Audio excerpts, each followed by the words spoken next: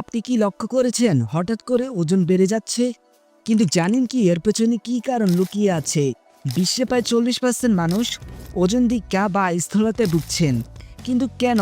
আজ আমরা জানবো মানুষ মোটা হয় কিভাবে এবং কিভাবে এটি নিয়ন্ত্রণ করা যায়। চলুন এই ভিডিওতে আমরা সহজভাবে বুঝে নেই এবং জেনে নেই কিভাবে সুস্থ থাকবেন। তৈরি তো, শুরু করা যাক। Do you drink water during the day? No water. When I wake up in the morning, my first thoughts are Is if I give you the number of how much I weigh, যখন কেউ তার শরীরের প্রয়োজনের তুলনায় বেশি calorie গ্রহণ করে, যেমন খাবার ও পানীয় থেকে, তখন অতিরিক্ত ক্যালোরি শরীরে ফ্যাট হিসাবে জমা হয়। আর এই ক্যালোরিযুক্ত খাবার যেমন ফাস্ট ফুড, মিষ্টি, প্রক্রিয়াজাত খাবার এবং অতিরিক্ত কার্বোহাইড্রেট বা চর্বিযুক্ত খাবার এতে ভূমিকা রাখে।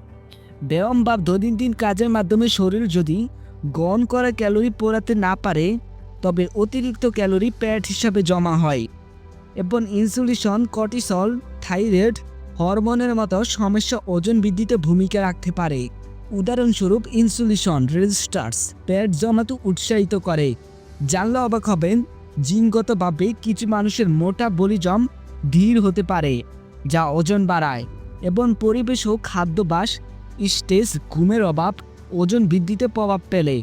যাই হোক, এই ছিল আজকে আমাদের ভিডিও। আর বন্ধুরা, এই চ্যানেলে আমরা পৃথিবীর রহস্যময় গল্প এবং টিপস দেব, ধরতে পারো শিক্ষামূলক ভিডিও।